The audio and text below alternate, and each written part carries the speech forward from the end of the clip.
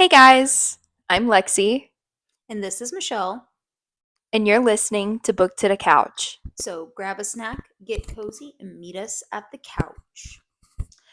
All right, kiddos. Today we are discussing second chance romance. Bit of a debate, not really much of a debate. We're pretty agreeing on that one. Yeah. It's probably my second favorite trope, I think. It's starting to be one of my favorites, especially when it's done well. Yeah. And not I'm okay, I love it when it's in a decently long book. I have recently discovered I'm not too much of a fan of it in novellas because It's too short. it's just too short. Yeah. I always feel like I'm wanting more. And it's being Not in a good forced way. in Not in a this good way, tiny. every time I'm like, dang, this just is just a little longer. Yeah. Just like a couple, like 50 I more pages. understand that. Like, yeah. We're going to discuss some of our favorite second chance romances and discuss a couple questions that a lot of readers I feel like actually have with them. Mhm. So, But also just kind of like debating, well, not even really debating, but going over like the trope itself, a little bit of a deep dive, personal feelings, our grievances, if we have any, as of right now. Like I said, the toxicity in second chance romances sometimes. Yeah. there can be red flags. I did not include them in this list because I only went back as far as like a year and a half to 2 years on my reads, and last year it was mostly manga for me that I read. I did read about 50 regular books, but apparently I did not read a single fucking second chance romance until Christmas. So I my list honestly, is about only like, oh my god, I have less than you. You have 7, I have 6. I've only read 6 in the last 2 years. okay, but this list goes back about 3.5, almost 4 years, and I've only read 7 second chance romances in that amount of time. I need more, I guess, because I don't know, 7 books is not a lot, especially for that time frame. Although It's not my favorite. although It's to be fair, apparently within the last year I've been on a real monster kick. So like there's not a whole lot of room for second chance in that. I'm really into dark romance right now, so I can't. I mean, you created a monster. there's some room for second chance in there. I'm not a fan of a lot of the dark romance second chances because that's toxicity. That's where the toxicity is, right? 100%. And I'm not a fan of that.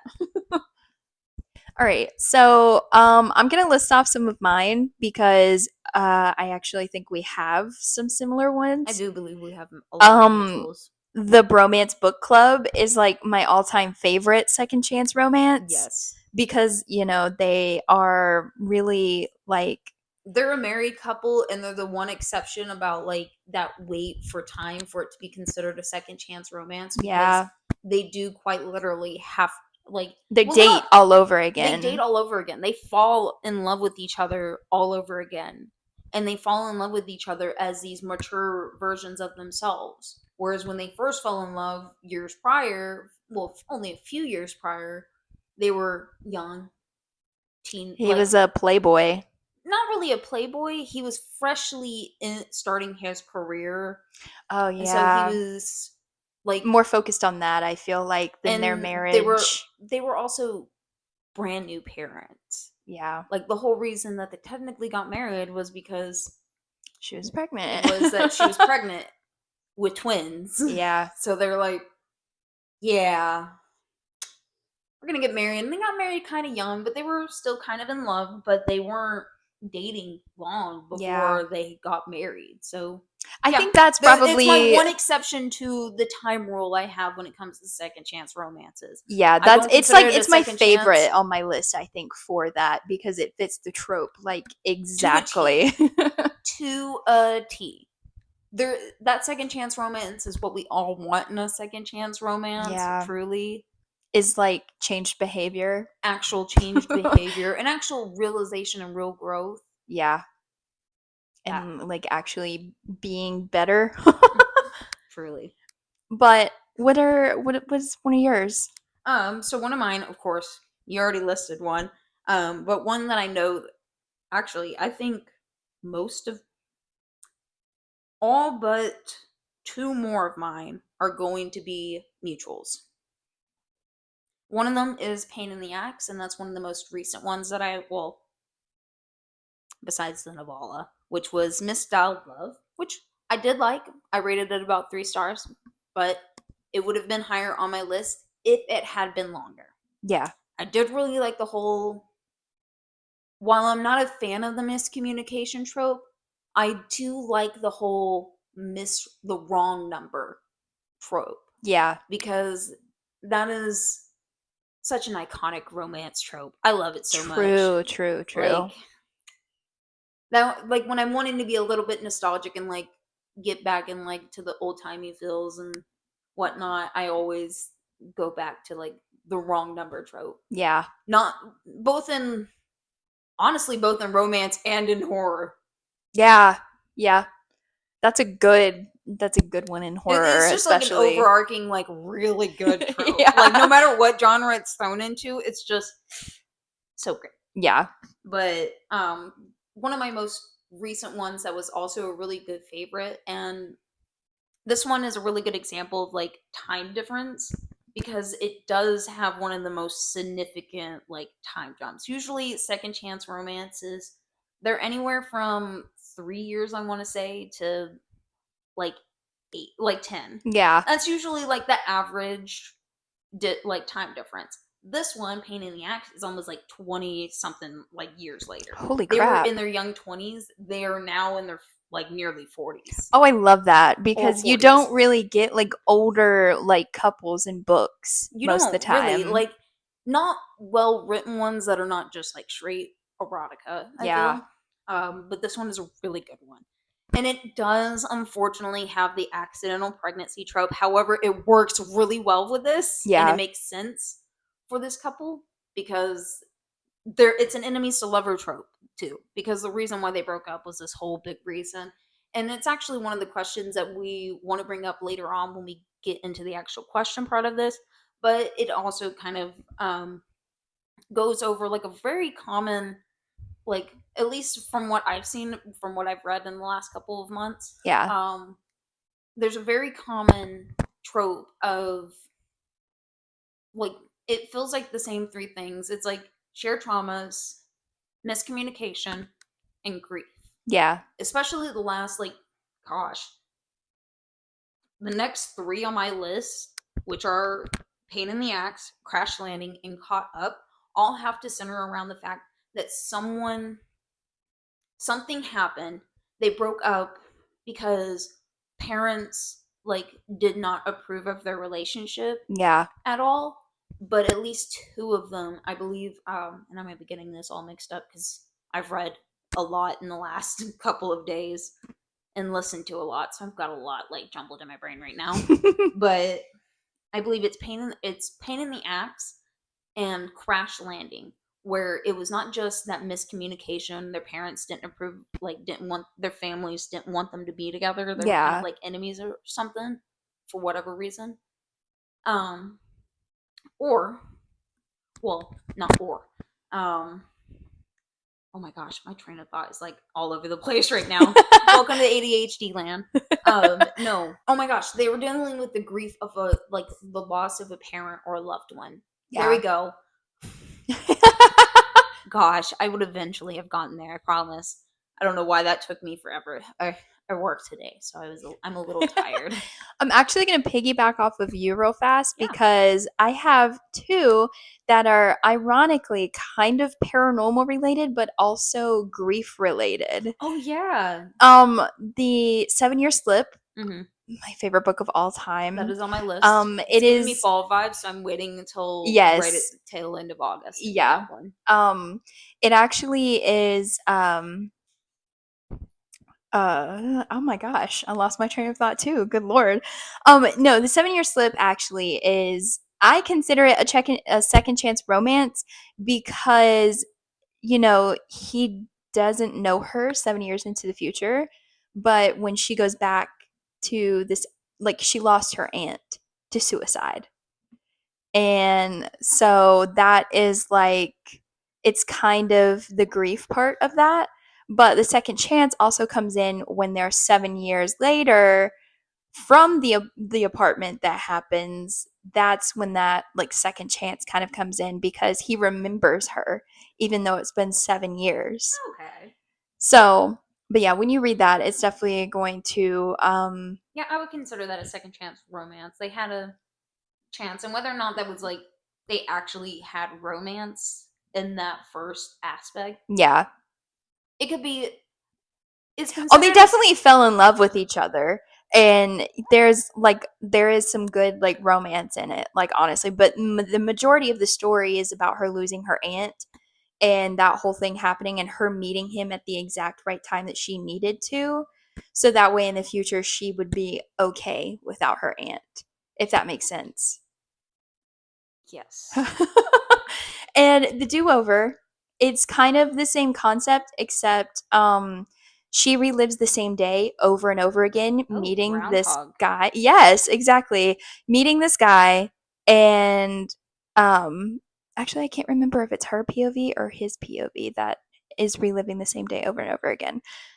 But it's been a while since I read it, but he lost his brother, and so that is where the grief kind of comes in, because he's really upset about it still, it's fresh. And I would consider this a second chance romance because she's getting him to fall in love with her every single day that they Mhm. meet. Like getting him to like her like every single time that they meet, and they meet in different like um ways every single day, but it's the same day that she wakes up every single day. It's really good. It's by Lynn Painter. It's a really good book. You said it's the sequel to another one, right? Or it's part of, No, that's or just a it's a standalone. standalone. Yeah. Okay. I have it if you want to borrow it sometime, because Let it's me finish the other ones I have borrowed because yeah. I also I I have have two of yours still. we borrow books from each other, but I also borrow books from the library, so I'm trying to get through my borrowed list first before I borrow any more books from anyone. Yeah, same. I have about two other books that I've borrowed from someone else. So I'm like, okay, I need to calm down because I'm not getting through these right now. I will say, stick till the end of this episode. We're gonna spend at least the last like 5 to 10 minutes talking about our experience being so close to the Twilight Oh my Boys. Oh my god! I can't believe I'm that actually still happened. I'm so excited to talk about that. same. Honestly, same. I'm like, this is what is getting me through like all of my questions and my Yeah. ADHD brain right now. Is like, oh, I get to talk about the Twilight Boys, especially Emmett. Oh god, yeah. They were so fine. But now to kind of get into the questions, unless you want to go over the list, because I feel like we'll definitely be going over our Oh list. no, definitely Because questions, because the questions are kind of entangled with our yeah, list. So I feel like we're already kind of going over them. So discussing our feelings about second chance romances, we definitely I love them. Like I I said, love them. I don't dislike them. Like I said, they're not my all-time favorite trope. They are on the at least top 3. I think it's maybe my second. Maybe. it's in the top 5 for me, but It it's might not be like tied with something it's else. definitely not in the top 3. That's just because there's always I feel like the ones I have always ended up getting read or reading myself are always centered around like some type of miscommunication.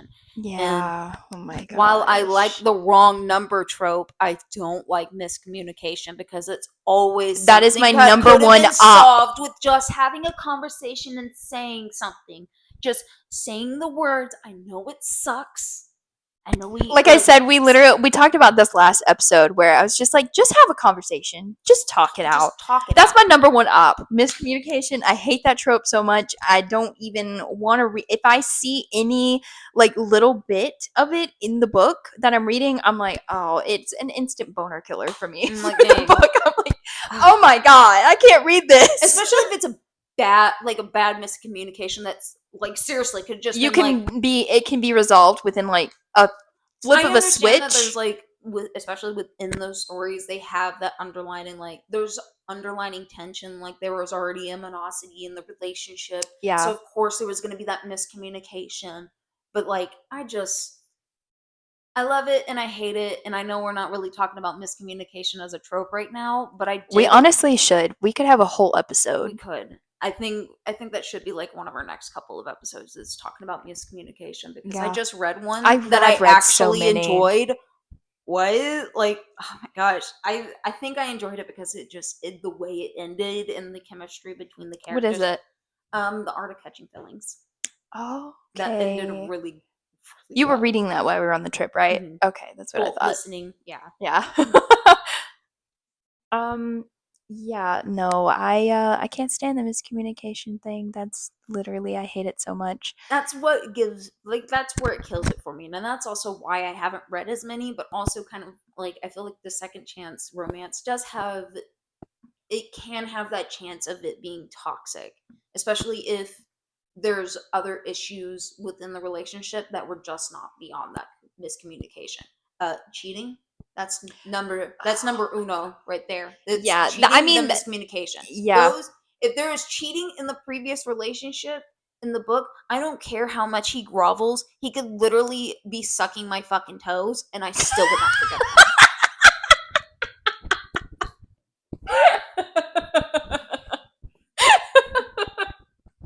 Oh my gosh. Okay. I love that. Yeah. Sucking.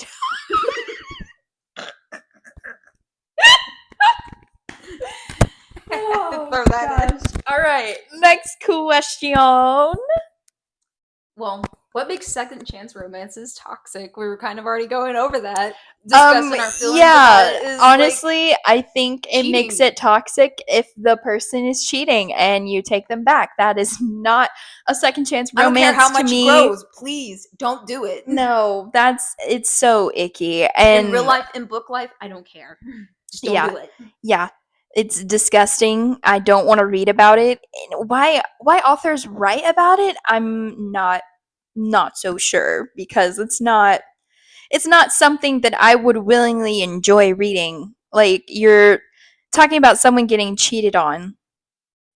Why? Why do you even think that? Like it makes me Like, wonder like are you thinking about doing that on your partner? Like and this is where I was like telling you earlier, like there are some dark romances that do have like second chance like tropes in them, and those are where those kind of tend to that's like caught fall. up. Um, the whole there is that weird, and this falls in line with like the miscommunication trope as well. The either the thought or the assumption that the other person cheated. That is a very common trope I Yeah, find if it's written in like like that, I dark don't mind reading second about chance it romance. because most of the time it's not the other It's person all actually it's always cheating. like fabricated information, and then Yeah. like they find out years later like that, like that's okay, like I'm Yeah. willing to read that, but like if it's full on like they actually cheated, you actually walked in on him balls deep in another Yeah. chick, like that's No, that's not something I want to don't read about. I don't want to read that. No one does.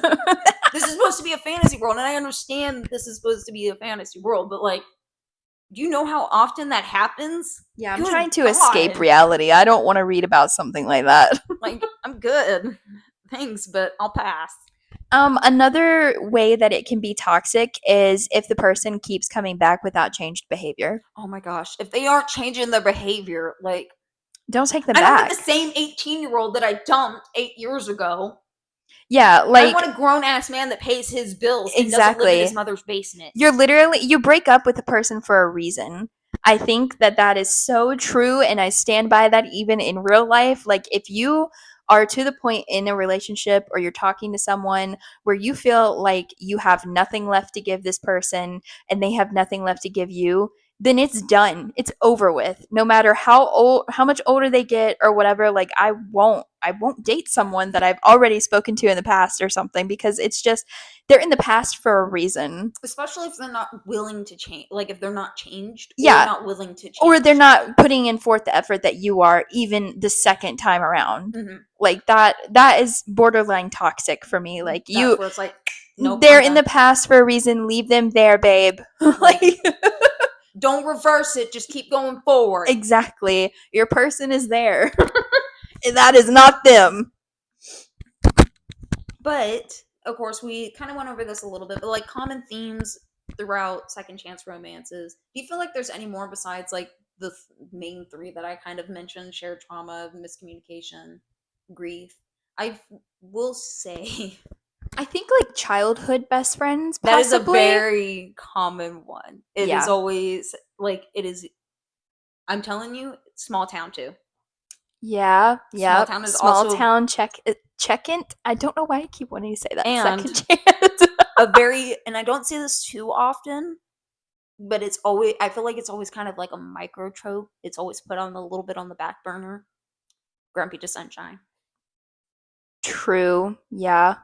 That's a lot. That is another trope that's in a lot of them, especially with the Enemies to small lovers, town. grumpy sunshine, enemies to lovers. Those are very common tropes within Second chance second chance romance, yeah. romances. Especially enemies to lovers, because normally one of them has a crush at the time that they're like hating each other, then they come back years later and they're like, oh wow, like Oh, you're God. kind of like into me and I'm into you now, like yeah. Like, okay, let's meet That's up. like school rivals. I always think of like school rivals when I think of enemies to lovers, because I think that's just like something that's really good in that trope. Or like just rivals in not to be mistaken with a anything. bully. Yes. We will Yeah. be going over this in a later episode. It is in the works, but Rivals, not bullies. rivals, Yeah. not bullies. I can't. My number one, I absolutely loathe miscommunication, but like I won't even pick up a book if the bullying trope is in it. Yeah, like physical bullying, absolutely fucking not. No. Because that's borderline domestic abuse or just abuse, period. So, Not even psychological. There is a borderline difference between enemies to lover banter and bullying banter. yeah. Yep. Check us out for a later episode for us to discuss that. Yeah. Just a little sneak It's peek. going to be a whole episode. We Yeah, talked about that for like hours the other night. We're like, no, we gotta put this into a whole episode. Like, we can't not let the listeners get in on this tea, because Yeah. we were definitely putting bullying in the hot seat. Oh yeah, for sure.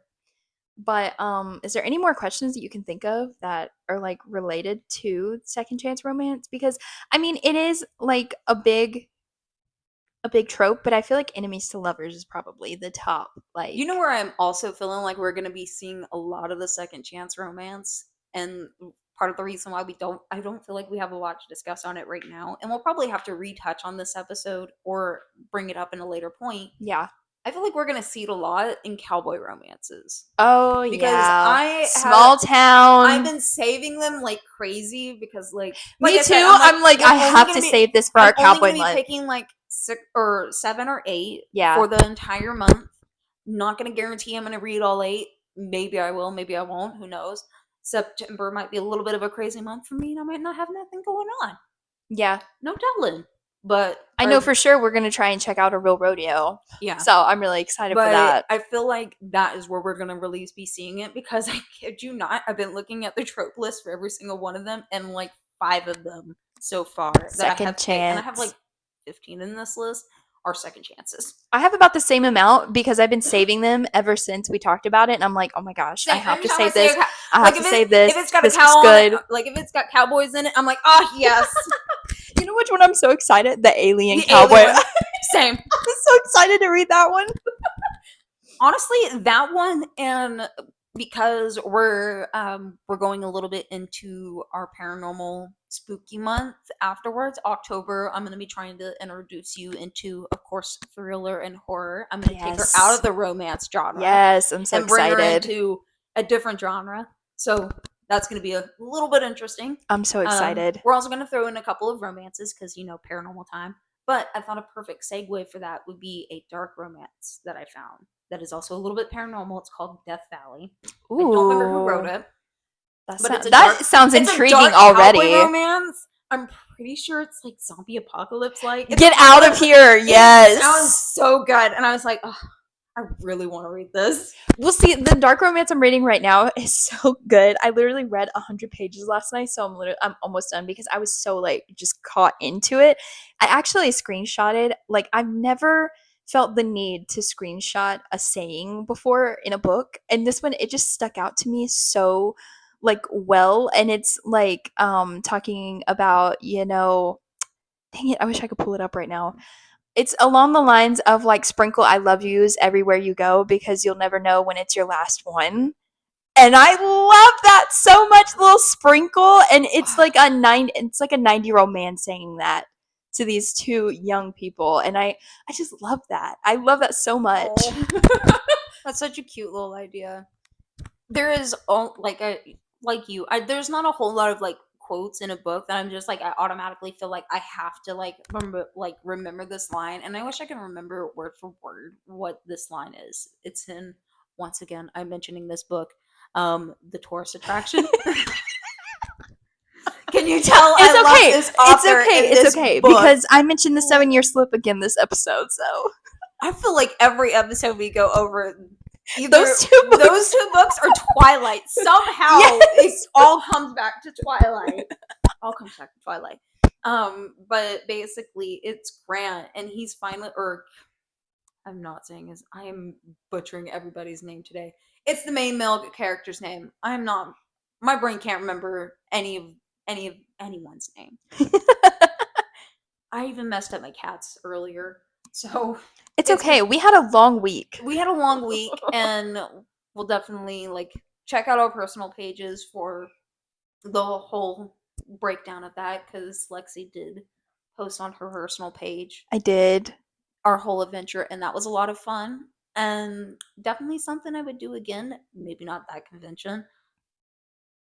I have some thoughts, but I'm not going to voice them. It'd be good, but yeah, no. I just don't want to do that one again. But I'm willing to do any other convention again.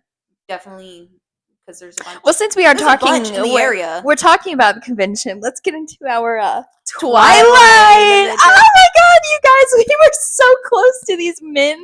We were gonna meet them. But there were so many people. It was like shoulder to shoulder, and we were dressed as Pitbull. Okay, I love the guy who plays, for the fact that we wanted to be Pitbull. Yeah, no, I absolutely love the actor who plays Carlisle and the actor who plays Emmett, but my favorite is Jackson, and he is who plays Jasper, and I love him so much. And when we went out there, he was the only one that I really truly wanted to meet. And when we went out there, both times we went to meet him, he was not there. He was not there.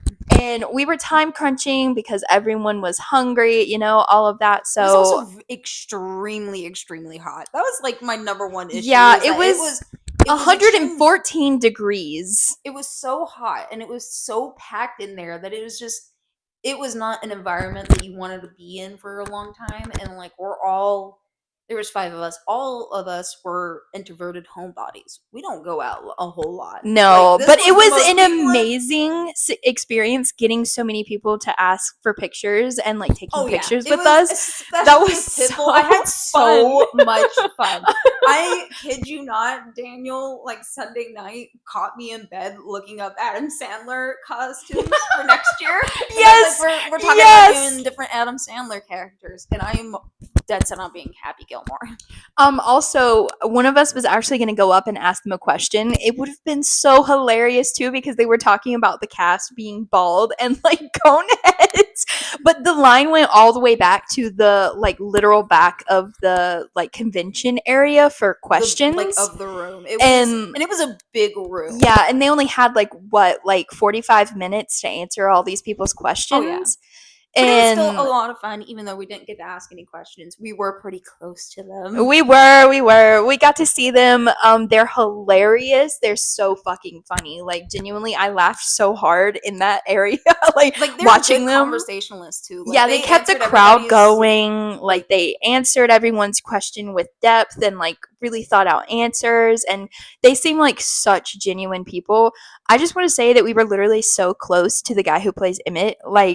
Because we walked by the table and we were going to try to, but it was also insanely busy. Like we said, we just didn't want to be waiting in a long line for that long. And we were at that point starving. Yeah. Also, we were wearing suits, okay? We were wearing suits and ball caps, okay? I don't know. And we didn't even go out that night. Specifically, we have a lot of hair. Yeah. That was... I had the worst headache from having that ball cap on and like having such a bad migraine going at that point. I was like, I can't appreciate his beauty in all trueness. Yeah, and like my we eye wanted is twitching. Yes, we wanted to meet them like, in Especially good because spirits. Especially because our podcast was literally based off of Twilight. Birthed on the premise because of a conversation we had about Twilight. Like I really wanted to tell them that, and like just like I didn't even care about like actually like meeting them. Getting an autograph, none of that. We just wanted to tell them like, hey, you guys inspired. Specifically, honestly, my love for Eminent Jasper is what inspired this podcast, because it was a conversation that we were having about Jasper. Yeah, literally about Jasper and like his backstory and all of that, and then talked about Twilight for like 2 hours. Yep, and that's what birthed Book to the Couch, and we just wanted to tell them that. And like, of course, they'll be there next year because they were there last year and the year before that. So we're definitely going to actually meet them this coming up year if we decide to go. Like I said, we're gonna do. If I do anything, I'm gonna do at least a day pass. I'm going to pre-order tickets to meet them too, and to get autographs. And I'm gonna let them know, like, hey, you inspired our entire podcast, and we wanted to meet you last year and tell you this. And I'm going to make sure I'm dressed up either as Adam Sandler or Pitbull. I might break out a ball cap again just for this. Like, I'm not going to lie. I had so much fun as Pitbull. Me too. I don't know what it is about being in a ball cap that it frees you. It's free. It really is. We went into Walmart up there, like where we were, and we got these strangest looks. But it was actually like so funny because so many people complimented us, because it actually did take a really, really long time. We were getting dressed for like 4 hours that day. Yeah. And so it took a lot of effort to actually dress the way we were. Most of that was just putting on the ball cap. Yeah, literally with spirit gum, and I still have spirit gum in my hair. I'm still pulling out spirit gum out of my hair. I've literally taken like 3-4 showers since then, and like I'm at the point where I'm like, do I just shave it out at this point? Like, it's all along my hairline. Baby hairs, yeah. I might as well just like cut it. But it was the most fun experience I've ever had. I loved everyone coming up to us, telling us how great we looked. Everyone had good laughs too. Like, everyone thought it was hilarious. Good spirits. Like, no one looked at us really weird in the convention. Like, they were actually just laughing their asses off the whole time. And like, we went to Sims on the first day. Was the other like day that like a lot of people were like really enjoyed our outfit. Yeah, we had like tons and tons of people come up to us asking for pictures in our Sims outfit too. Like, it was so cool. Because we weren't classic Sims. We didn't go with like the classic green plum bob. We decided that we were gonna do the different emotions that Sims could have and their different colored plum bobs. So we had flirty, uncomfortable, playful, sadness, playful, or wicked whims, and inspired. Oh yeah, and inspired. Yeah, uncomfortable. So we had like different emotions, and we actually accordingly to these emotions. Yeah, like I was flirty, so with mine being all pink, I went with a pretty much all pink outfit. Kind of honestly looked a little bit like a kindergarten teacher, depending on. Yeah, I was also dressed like a little artistic art teacher because I feel like that is more playful. I feel like your outfit was so much fun. It looked comfortable too, but also with how hot it was, there was no way our outfits were gonna be comfortable. Like, no, it was super hot. It wasn't even that hot that day. Like, gosh, Saturday was probably Friday and Saturday were the worst days for hotness. It was 114 one day and like 113 the next day. So we were miserable, and they didn't allow us to have water in the venue. Like, the first day they actually did. Mm-hmm. The second day, third day, they did not allow water to be in. Like, it was a mess. They also, none of their water fountains were working. Yeah. We'll get all into that. We could have a whole episode actually just talking about the experience. It was fun.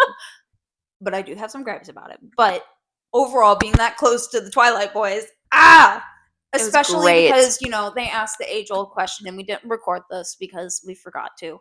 I actually did. Did you record it? I did. The Team Jacob or Team Edward? I did. Carlisle said it was Team Charlie, guys. Yes, I have that on video. I also have where Jackson said Alice. So I have that on video. I don't remember what Emmett's actor said. That we got him saying Battle Scars. Oh my god, I know. I literally just turned my freaking camera off when he said that. I was like, I think my favorite part is that because we were kind of close enough, and we were also under a light I don't know if you realize that. We were under a light and I'm pretty like sure ball that caps, they've seen us, our heads Because- at least. because there's just 5 ball caps, just 5 ball caps in a row. That's That's 5 pretty- bald people. Like, that's noticeable, even with like out of light on us. But we had Yeah. a light directly shining on us because I kept having to duck my head Same. down a little bit. Otherwise, I was looking directly into the light. And he kept looking in our general area, and that's the reason why I wanted to meet him so bad, because he would have laughed his I feel like he ass would have off. found it so funny. He probably would have wanted a picture with us instead of the other way around, honestly, because like there was even people, like famous people that were there that was like people who were running the shops. we had like so many people that were there for like meeting other people, like ask for our pictures. Like it was actually insane how much like people loved our Pitbull costume. Literally, as soon as we stepped out of the car, it was like, oh my god, are you guys Pitbull? Can we get a picture? I was like, yes, We even yes. rolled up to the convention just blasting Pitbull. Like that was like the most fun I've had in a really long time, and honestly, I cannot wait to go to another convention. Honestly, I kind of want to do Pitbull again. I would love to. Honestly, we can do that for Halloween. We can go bar hopping or something like. I don't care. Find us a Pitbull concert near us, and we'll go. Oh my god, yes! Can you imagine meeting the actual Pitbull? Like, man, I have so much pretending to be you, dude. It's so fun, but honestly, if it comes down to it, we can make a whole episode talking about our experience, because I have so much to talk we can about. do like an after dark special. Just yeah. Like hey, this isn't a little special episode. It's not actually part of the like timeline of our episodes. I actually got a whole like vlog thing. I did not vlog the last day that we were there. I should have. I did not get our fairy tale costumes, but we were very much done by that night. So but especially with what happened later that night. Oh my god, yes. All right. But let us know if you do want us to do kind of like a whole talk of like our experience of the convention. Yeah, I would love to do a debrief. DM us, comment on like posts. Anything really. But yeah, we will see you next week, and we hope that you guys have a great one. All right. Bye guys. Bye. Hi, beautiful people. If you enjoy this episode and want to see more from us, give a like and a follow on our socials. And if you want to listen to more, find us on Spotify and YouTube.